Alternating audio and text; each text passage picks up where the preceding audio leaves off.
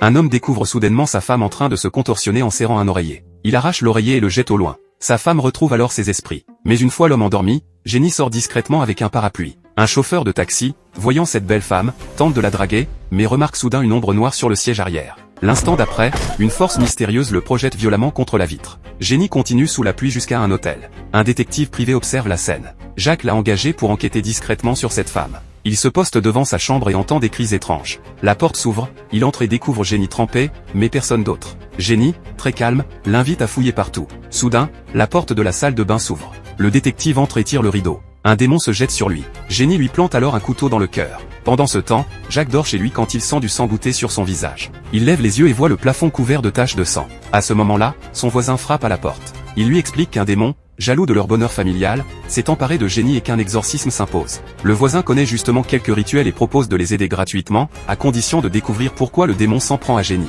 Jacques fouille les affaires de sa femme et trouve une cassette vidéo. Elle montre son assistante menaçant Jenny. En réalité, l'assistante est amoureuse de Jacques. Elle avait proposé à Jenny de lui présenter un homme fortuné, à condition qu'elle lui laisse Jacques. Jenny, trouvant cela absurde, était partie furieuse. Jacques comprend enfin que tout est l'œuvre de son assistante. Jacques attache Jenny au lit et l'exorcisme commence. Le voisin récite des passages de la Bible. On frappe à la porte. Jacques ouvre et voit son assistante avec son fils. Il la saisit immédiatement et la supplie d'épargner Jenny. L'assistante, surprise par ce bonheur inattendu, est soudain possédée par le démon. Elle s'enfuit et se met à ramper dans la rue d'une manière terrifiante. Le film que je vous recommande aujourd'hui est de Possession, Kerasukan. Je m'excuse, mais pour des raisons de droit d'auteur, je ne peux partager que cet extrait. Les personnes intéressées peuvent rechercher le film complet. Merci de votre attention et à la prochaine fois.